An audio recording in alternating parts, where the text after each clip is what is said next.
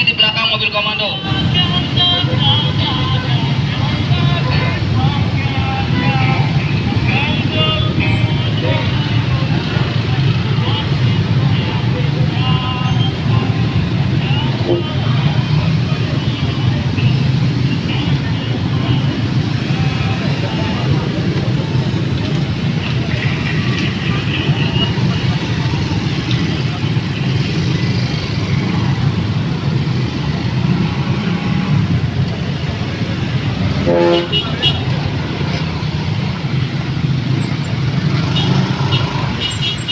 Artinya wajar bagi buruh, bagi pekerja, dan bagi rakyat Indonesia untuk marah hari ini, kawan-kawan. Semangat, kawan-kawan. Wajar bagi buruh Kabupaten Tangerang, wajar bagi buruh di Kabupaten Serang, wajar bagi buruh di seluruh provinsi Banten hari ini menyuarakan kemarahannya. Hari ini memilih untuk mematikan mesin produksinya di pabrik-pabrik karena pemerintah Kabupaten Tangerang, pemerintah pusat Indonesia telah melecehkan kerja-kerja keras kaum buruh Indonesia. Kawan-kawan, bagi seluruh masyarakat Kabupaten Tangerang, tidak naiknya upah buruh merupakan bukan hanya kerugian bagi kelas buruh saja, bukan hanya merupakan kerugian bagi pekerja-pekerja di pabrik saja.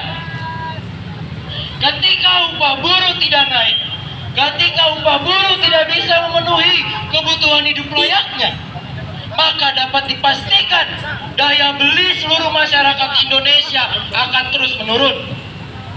Ketika daya beli masyarakat Indonesia terus menurun, apa yang terjadi, kawan-kawan?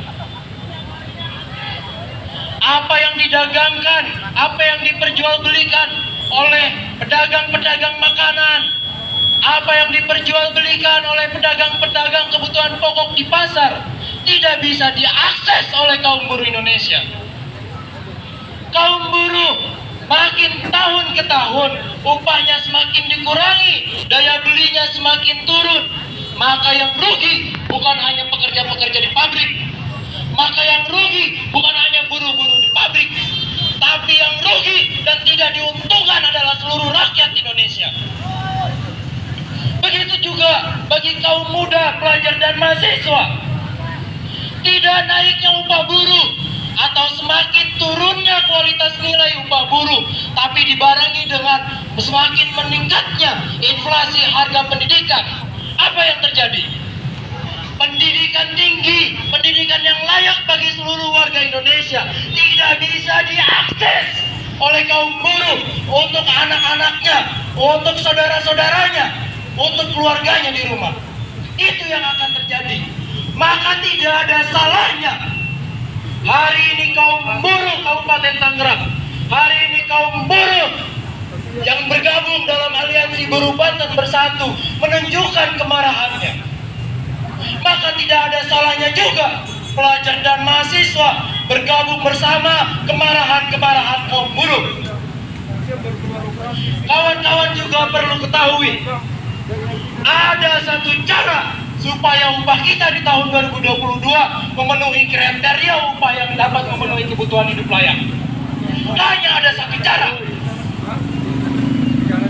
Bukan kita menuntut kepada provinsi, bukan lagi kita menuntut kepada pemerintahan kabupaten dan kota. Kalau diingat-ingat, kawan-kawan, di surat edaran Kemenaker bukan hanya menentukan besaran kenaikan upah sebesar 1%, tapi juga ia memperingati kalau ada pemimpin-pemimpin di daerah, baik itu gubernur, wali kota maupun bupati, yang menaikkan upah di atas 1%, maka kewenangannya akan dicabut oleh Kemendagri. Begitu bunyi surat edaran Kemenaker dan Kemendagri. Artinya hari ini hanya ada satu cara kita menuntut upah yang layak bagi seluruh rakyat dan kaum buruh di Indonesia. Apa satu caranya? Yang pertama adalah kita menuntut pemimpin negara, kita menuntut Presiden Jokowi Amin untuk mengeluarkan keputusan presiden dalam menetapkan upah layak secara nasional. Kita akan melakukan tuntutan yang mendesak, dalam artian Presiden mengeluarkan hak prerogatifnya untuk menaikkan upah secara nasional, bukan hanya secara terpisah-pisah, parsial di beberapa provinsi-provinsi saja. Akan tetapi menuntut Presiden untuk mengeluarkan hak prerogatifnya untuk menaikkan upah secara nasional sebesar 15%. Hanya itu yang secara regulasi hari ini mengizinkan kita agar mendapatkan upah yang layak di tahun 2022. Kita siap menggalang aksi massa sebesar di Jakarta, kawan-kawan. Kita siap mengepung istana, kawan-kawan. Maka persiapkan diri, kawan-kawan. Begitu pula pemuda, pelajar, dan mahasiswa. Ia akan mempersiapkan diri membicarakan upah yang layak bagi buruh di kelas-kelasnya. Ia akan membicarakan upah yang layak bagi buruh di mimbar-mimbar kampusnya. Kita harus mempersiapkan diri, kawan-kawan. Karena tuntutan kita tuntutan yang mendesak. Karena tuntutan-tuntutan kita bukan lagi tuntutan yang ditunda-tunda. Maka bukan lagi aksi demonstrasi hari ini datang nanti sore pulang yang akan kita lakukan. Yang akan kita lakukan adalah bertahan sampai Presiden mengeluarkan keputusan Presiden menaikkan upah secara nasional sebesar 15%. Dipukul tidak? Kalau kita melakukan aksi bertahan, dipukul atau tidak? Itulah resiko perjuangannya. Perjuangan bukan milik orang-orang yang tidur lelap di kasur. Perjuangan bukan milik orang-orang yang menitipkan nasib kepada serikatnya. Tapi perjuangan yang menghasilkan kemenangan adalah perjuangan yang memilih resiko secara panjang.